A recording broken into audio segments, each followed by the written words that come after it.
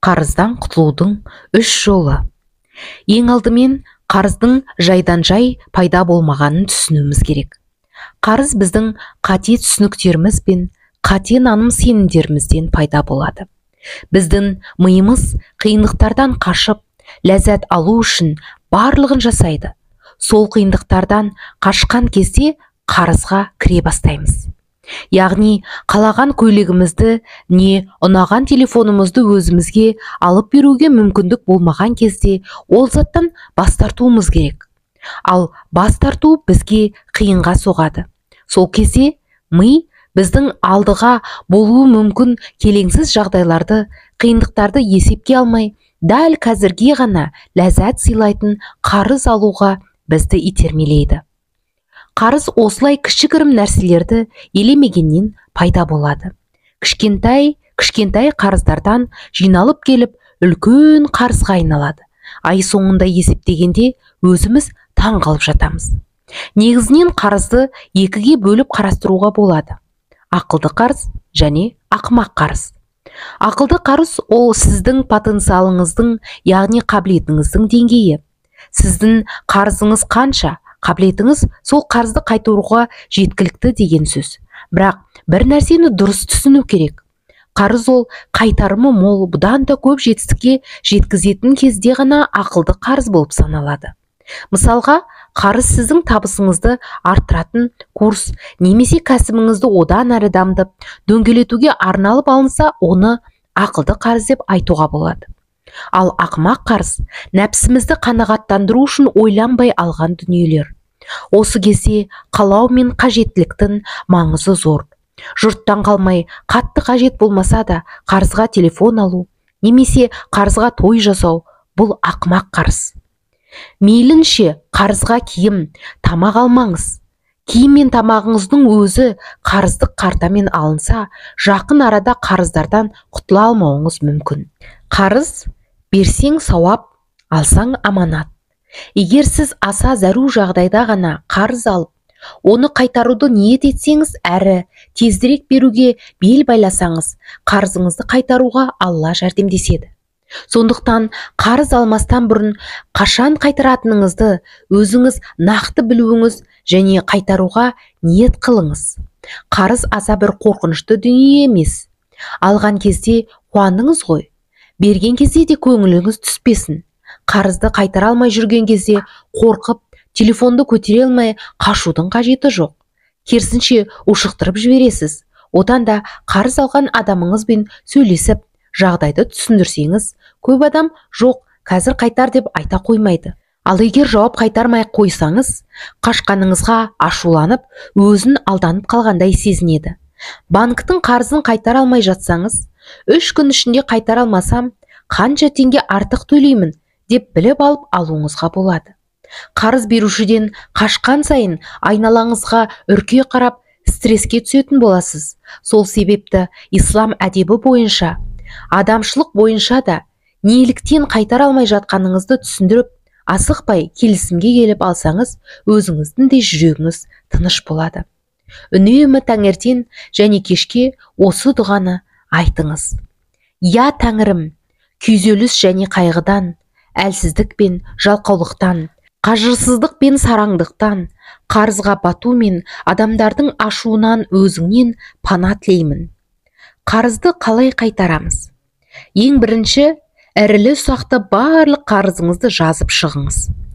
Көршіңізден алған 5000 теңгеден бастап, банктен алған үлкен суммаға дейін жазыңыз.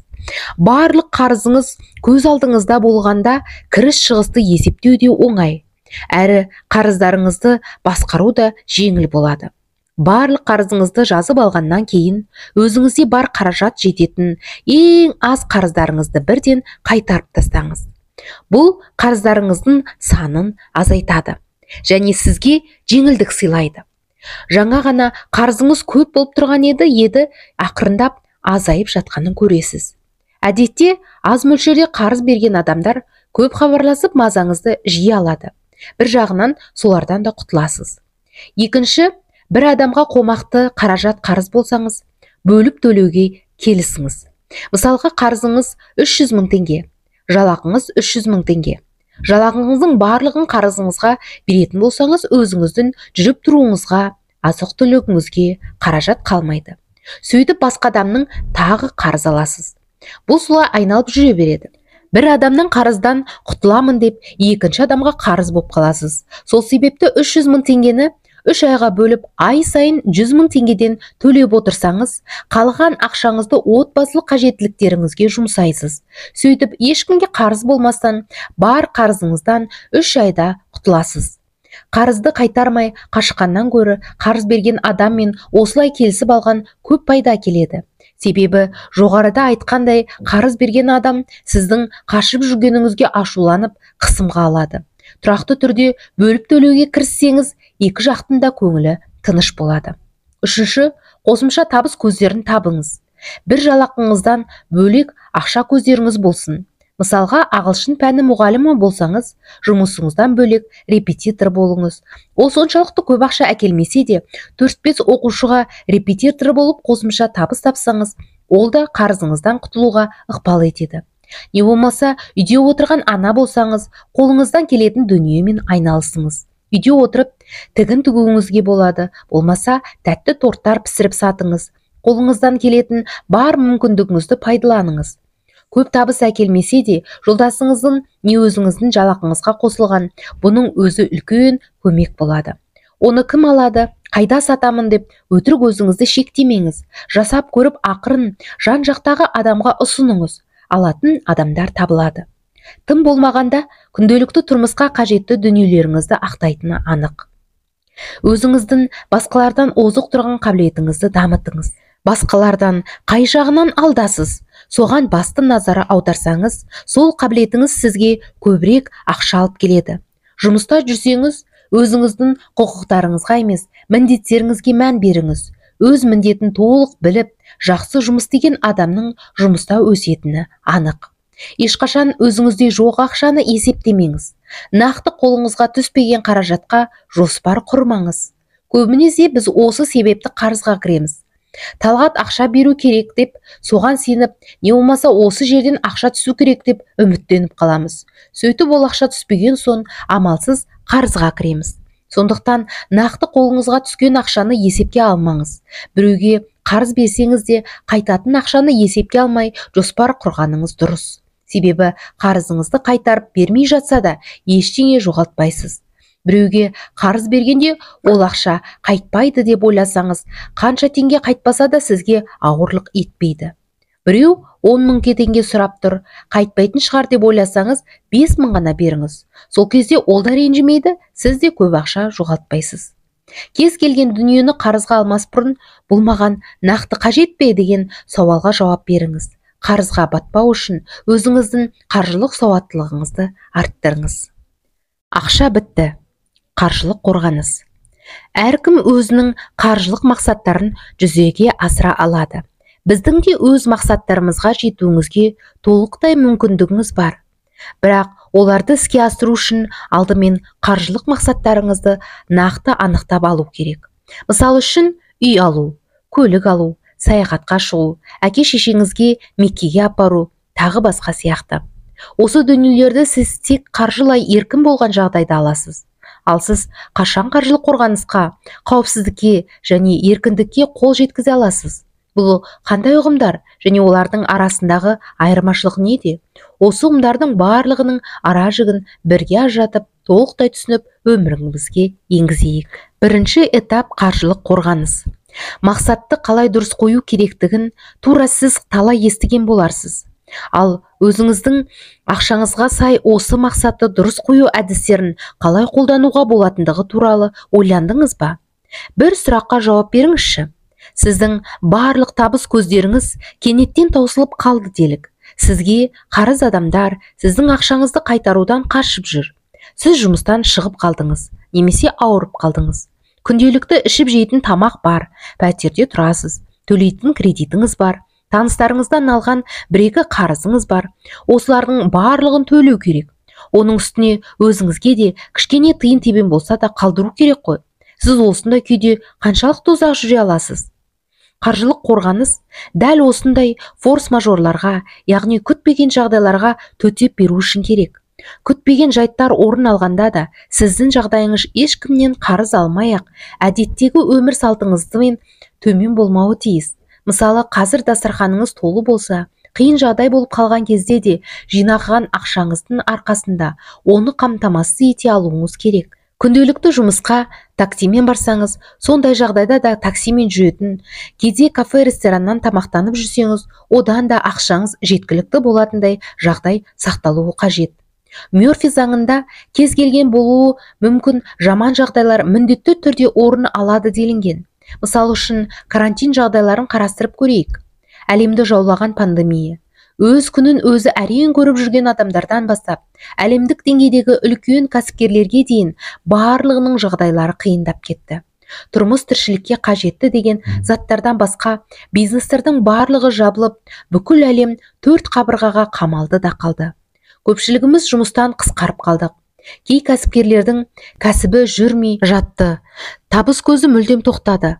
Оның үстіне кейбіреулеріміздің жақындарымыз сырқаттанды, өзіміз де ауырдық. Соған дәрі, азық түлік алу, ем қабылдау үшін қаражат керек. Осындай жағдай орын алады деп ешкім күтпеген, тіпті ойламаған да болатын. Бұл бәріне қиын соққы. Бірақ сол уақытқа дейін қаржысын көбейтіп, жинап, сақтап қалған адамдар бұл ситуацияны қатты қиналмай өткерді. Ал ақша жинап, өзіне былайша айтқанда подушка жасамаған адамдар өкінішке орай 42.500 теңгеге мұқтаж болды. Негізі 42.500 қазір аса бір үлкен сума емес. Бұл жұмысқа тұрғанда айлығың 42.500 болады десе, жындыма дейсің ғой. Бірақ сол кезде жұмысынан айырылып, ешқандай табыссыз қалған, қаржылай қорғанысы жоқ адамдар 42.500 теңгеге де зәру болып қалды. Қазір Аллаға шүкір, әлемде жағдай түзеліп, барлығы жақсы болып келе жатыр. Бірақ енді алда Құдай сақтасын әрине, осындай оқиғалар орын алмасына кім кепіл? Кез келген форс-мажорға сіз қазір дайынсыз ба? Дәл осы секілді кез келген ситуацияға төтеп бере алу үшін біз ең болмағанда қаржылық қорғаныс жасауымыз керек. Оны қалай жасаймыз? Алдымен сізге кемінде қанша ақша керек екендігін анықтаудан бастайық. Ай сайынғы тұрақты шығындарыңыздың барлығын жазып шығыңыз. Тіпті ауырып қалған жағдайда да төлейтін шығындарыңызды. Егер тұрақты жұмыс істейтін болсаңыз, жеке шығындар бөлімін толтырыңыз. Егер кәсіпкер болсаңыз, кәсіп шығындарын жазыңыз. Енді анықтайық. Сізде қаржылық қорғаныс болу үшін сіздің ай сайынғы табысыңыз қанша болуы керек? Қаржылық қорғанысты қаншайға жасау керек? Бұл сіздің қауіпсіздігіңіз бен қажеттілігіңізге байланысты. Мысалы, сіз ауырып жұмыстан шығып қалсаңыз, қанша уақыттан кейін сіз жазылып өзіңізге ұнайтын басқа жұмыс таба аласыз? Өздеріңіз қауіпсіз сезіну үшін көпшілікке 6-12 айлық жинақ қажет. Сізде жаңа табыс көзі пайда болу үшін қанша уақыт керек екендігін белгілеңіз. Қанша ай? Енді қаржылық қорғанысқа қажет айлық соманы алып, оны сізге қажет айлар санына көбейтіңіз. Шыққан сома сіздің қорғанысыңыз үшін қажетті ең минималды сома болып есептеледі. Сіз мұны өзіңіздің денсаулығыңыз, эмоционалды әл-ауқатыңыз бен отбасыңыз үшін жасауыңыз керек. Осы жиналған соманың көмегімен сіз өзіңізге ұнайтын жұмысты еш алаңсыз іздей аласыз. Осы жинақ арқылы ғана сіз бір жерге демалуға қорықпастан барасыз. Егер бәрі сіз ойлағандай болмаса да, бұл сома арқылы сіз өзіңізді қауіпсіз сезінетін боласыз. Ал қауіпсіздікке кез келген жан иесі мұқтаж. Жүйкеңіз қаншалықты мықты болса да, сіздің болашақ жұмыс туралы мықты қорғанысыңыз болғаны дұрыс. Ақпараттың, аяқ асты оқиғалардың және күтпеген жағдайлардың ешкім алдын ала алмайды. Бірақ оларды ешқандай қауіпсіз өткеру үшін сақтық шараларын бәрін қолдана алады. Сондықтан сіз қаржылық қорғаныс жасап алсаңыз, қандай жағдай болса да еш қиналмайсыз. Қаржылық қорғанысты жасау үшін қанша уақыт керек? Қарапайым бір ереже бар. Мақсат кіші болған сайын оған жету де жылдам болады. Қаржылық қорғаныс бұл қысқа мерзімді мақсат. Бұл сіздің істейтін басты жұмыстарыңыздың бірі болуы керек. Әр адам бюджетін жоспарлап отыру қажет. Өйткені біріншіден, ай сайын қанша ақша жұмсайтыныңызды білесіз. Екіншіден, ол ақшаны қайда жұмсайтыныңызды көресіз. Бюджетіңізді жоспарлауға айтарлықтай көңіл бөліңіз. өзіңізге қаржылық қорғаныс жасап алғанға дейін бұл өте маңызды. Егер сіз осы дүниені іс жүзінде жасап жүретін болсаңыз, онда бұл көп ұзамай жемісін де береді. Төменде бюджет жоспарлаудың үлгісін көрсетіп қойдық. Алдымен өзіңіздің барлық кіріс шығыстарыңызды тізіп шығыңыз. Жай ғана тізіп жасап қою әрине жеткіліксіз. Сіз сол тізімнен барлық шығындарыңызды көріп тұратын боласыз. Бюджет жоспарлау жай ғана кіріс шығыстың тізімін жасап қоюдан әлдеқайда үлкенірек. Нағыз жоспарлау барлық шығындарыңызды есепке алып, олар туралы білген кезде басталады. Сіздің екі мүмкіншілігіңіз бар. Біріншісі, әр заттан кейін оған қанша ақша жұмсағыңыз келгенін жазыңыз. Бұл қаншалықты қолжетімді екеніне және өзіңізді қандай бір нәрсемен шектеуге тура келетіндігін бас қатырмаңыз. Жоспар кейде мүмкін емес болып көрінгенімен, кейде ойламаған жерден жүзеге асып жатады. Екінші, айына көп дегенде қанша ақша жұмсағыңыз келетінін жазыңыз. Осы жазған сумаңыздан асып кетпеу үшін қандай шығындарды қысқартуға болатынын көріңіз. Жоспарлауды қазірден бастаңыз. Сіз қаржылық қорғанысыңыз үшін қанша ақша керек екенін анықтадыңыз және оларды қайдан алу керектігін білесіз. Енді сізге жоспар керек. Өзіңізге жеткілікті қаржылық қорғаныс жасау үшін қанша ақша салып отырғыңыз келетінін анықтаңыз. Мен ай сайын белгілі теңге салып отырғым келеді. Осы арқылы белгілі бір уақытта мен қаржылық қауіпсіздігімді қамтамасыз ете аламын деп жазып шығыңыз. Дәл осылай сіз өзіңіздің қаржылық қорғаныспен қамтамасыз етесіз. Бұл мақсатқа кез келген адам қол жеткізе алады. Сол арқылы сіз қандай жағдай болса да қаржылық жағынан қорғаныста боласыз. Бұл ақшаны қауіпсіз, бірақ қолжетімді жерде сақтаңыз. Бұл сома сіздің болашақ әл-ауқатыңыздың негізі. Ақша жинаудың ең тиімді техникасы. Егер сіз ай сайын жалақыңыздың бір бөлігін үнемдеп жинап бастасаңыз, онда сіз бір жылдың ішінде ақшаңыздың қаншақты аз жиналғанына таң қалатын боласыз. Ал енді қаржылық қорғаныс жасау үшін ақшаны қалай жинаған дұрыс? Ақша жинаудың ең тиімді техникасы қандай? Осы мәселенің басын ашып қарастырайық. Көп адамдар, егер мен ақшамның бір бөлігін жинап жүрсем, мен байып кетемін деп ойлайды. Егер сіз де солай ойласаңыз, онда сіздің үлкен табыстарға жету жолыңыз өте күрделі болмақ. Әрине, жалақыңыздың бір бөлігін алып, азды көпті ақша жинауға болады. Сіз оны жинап бітем дегенше жағдай мүлдем өзгеріп кетеді. 10 жыл бұрын квартираға деп жинаған миллион теңгеңіз қазір көлікке де жетпейді. Қазір жинап жүрген ақшаңыздың тағы бір 10 жылдан кейін құны да болмайды. Көріп отырғанымыздай, аз жалақыны үнемдеп жинап, үлкен табысқа жету мүмкін емес. Мүмкін болса да өте тиімсіз. Неге? Өйткені ақша күн сайын құнсызданып бара жатыр. Сол құнсыздану сіздің жинаған ақшаңызды былайша айтқанда жеп қояды. Қазір сіз жалақыңыздың бір бөлігін жинап бастасаңыз, сіз зейнетке шыққанға дейін сізде жиналған ақша үйге, қажетті азық-түлікке де жетпеуі мүмкін. Көптеген жағдайы төмен адамдар байлыққа жетуім үшін жұмыс істей беріп, жалақымның бір бөлігін жинап отыруым керек деп ойлайды. Сіздің қазіргі табысыңызбен үнемдеп жинау тиімсіз. Ұзақ уақыт бойы тірнектеп жинаған ақшаңыздың өзі сіздің қалауыңызды орындауға жетпейді. Мысалға, сіздің жалақыңыз 100 мың теңге. Жарайды, 150 мың деп алайық. Машина алу үшін сол табысыңыздың ай сайын 10%, яғни 15 мың теңгесін жинап отырғаныңыздың өзінде бір жылда 180 мың теңге, 2 жылдан кейін 360 мың ғана жиналады. Ол 360 мың теңгені сіз қайда жеткізесіз? Сіздің 2 жыл бойы тірнектеп жинаған бұл ақшаңыз қазір қандай машинаға жетеді? Асып кетсе кір жуатын машина ғана келетін болады. 10 жылдан кейін бар болғаны 1 миллион 800 мың теңге болады. Сонша қиналып, үнемдеп жинасаңыз да, 10 жылда 1 миллион 800 теңге ғана жиналады. Оның үстінде ол уақытқа дейін ақша құнсызданып, бұл ақшаның мүлде мардымсыз болып қалады. Сондықтан ақшаны үнемдеп, жинап бай боламын деп идея өте дұрыс емес. Сізге көбірек ақша табуға талпыну керек. Өзіңіздің жалақыңыз аз болуы мүмкін. Сіз сол кез келген аз ақшаны үнемдеймін деп, бар назарыңызды соған қарай бұрып, бар уайымыңыз да, энергияңыз да соған кетіп қалады. Сол уайымыңыз сізге көбірек ақша табуға кедергі жасайды. Ал табысты адамдар оған бас қатырып уайымдамайды. Ол бар назарын үнемдеуге емес, табысын арттыруға бағыттайды. Мен бұл жерде үнемдеу жаман деп айтып тұрғаным жоқ. Есеп жүргізу дұрыс емес, беталды ақша жұмсай беру керек деп айтқаным жоқ. Әрине, есеп жүргізіп, өзіңнің кіріс шығысыңды есептеп, оны орнымен жұмсау керек. Бірақ басты назарда үнемдеуге емес, керісінше көбірек табыс табуға бағыттау қажет. Табысты адамдар табыс көзін көбейту арқылы тезірек және көбірек ақша табуға болатынын біледі. Түскен табысты сабырмен жинайды, жинаған қаражатты сақтап, бірнеше есеге көбейту жолын қарастырады. Білім алып, өзінің қаржылық сауаттылығын арттырып, ақшасын дұрыс пайдалануға көмектесетін жаңа қабілеттер үйренеді. Ақшаны басқаруды сізде көп ақша болмай тұрып үйренгеніңіз дұрыс. Өйткені көп ақша келген кезде ақшаңызды басқаруды білмесеңіз, соған қажетті білімді, қабілетті үйренбесеңіз, кез келген ақша жоғалып кетеді. Ақшаны жарату оңай, бірақ оның әр тиынын жинап отыру оңай іс емес.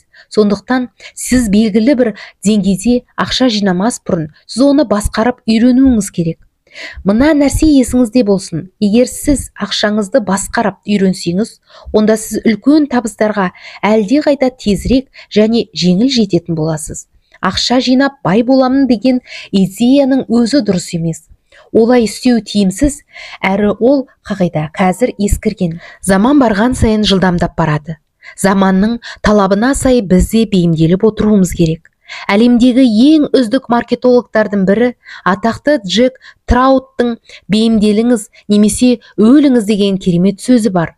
Иә, бұл сөз қатты тиюі мүмкін, бірақ қазіргі талап сол. Бұны ата-бабаларымыз да заманның түлкі болса тазы боп шап деп айтып өткен. Қазіргі заман біздің бейімделгіш әрі белсенді болуымызды талап етеді. Сондықтан қазір ақшаны басқаруды үйреніп, қосымша табыс көздерін жасап, ақшаны көбейту жолдарын меңгеретін болсаңыз, онда сіз өзіңіз армандаған байлыққа жылдам қол жеткізесіз. Адамдар қалай миллионер болып жатыр? Олар ақша ең үздік жұмысшы екенін түсінген. Сондықтан кейбір адамдар миллионер, тіпті миллиардер болып, ал басқалары таңнан кешке дейін тоқтамай жұмыс істеп жатса да, сол деңгейде қалып жатыр. Біреулер ақша үшін жұмыс жасайды, ал біреулер үшін ақша жұмыс жасайды. Сіздің жиналған ақшаңыз жақсы капитал бола алады, бірақ ол өздігінен сізді бай қылмайды. Ақшаңызды көбейтіп, байлыққа жету үшін жоғарыда айтқанымдай қаржылық білім үйреніп, жинаған ақшаңызды жақсы бір бизнеске инвестиция жасаңыз. Осындай жағдайда сіздің ақшаңыз тәулік бойы жұмыс істеп, сіздің табысыңызды өсіріп отыратын болады. Бірақ бұған дейін сіз бірнеше этаптан өтуіңіз керек. Ең алдымен сіз ай сайын өзіңіздің, отбасыңыздың барлық қажеттіліктеріңіздің жабатын, қалауыңызды өтей алатын қаражат тауып алыңыз. Киім-кешекке, жүріс-тұрысыңызға жететін комфортты деңгейге шығып алғаныңыз жөн. Одан кейін ғана сіз үйге, көлікке ақша жинау туралы ойлана берсеңіз болады. Қазіргі табысыңыз бен барынша үнемдегеннің өзінде қанша ақша жиналатынын көрдіңіз. Сіз ойлағандай аса көп сума шықпайды.